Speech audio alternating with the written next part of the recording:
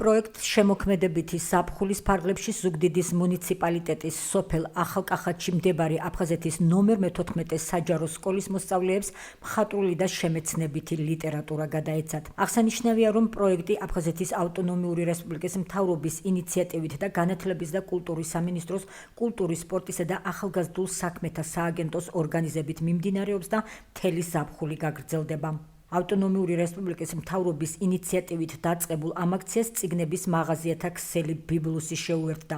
პროექტის ორგანიზატორი კულტურის, სპორტის და ახალგაზრდულ საქმეთა სააგენტოს დირექტორი ლიკა კვარაცხელია სოფელ ახალკახათში აფხაზეთის ნომერ მე-14 საჯარო სკოლაში იმყოფებოდა, რომელმაც დევნილ ახალგაზრდებს მაღაზია ბიბლუსის მიერ გადმოცემული წიგნები საჩუქრად გადასცა. მაღაზიათა ქსელმა ბიბლუსმა გადმოგცა არაჩვეულებრივი წიგნები და დღეს ჩამოვიტანეთ, გადავეცით ბავშვებს წიგნები, ჩავთეთ ერთგვარ თამაში, სადაც ბავშვებმა ერთმანეთს უნდა გადასცენ შემდეგ წაკითხული წიგნები და თემები გამოგვიგზავნონ, რათა გამოვავლინოთ შემდეგ გამარჯვებული ამ თემებზე.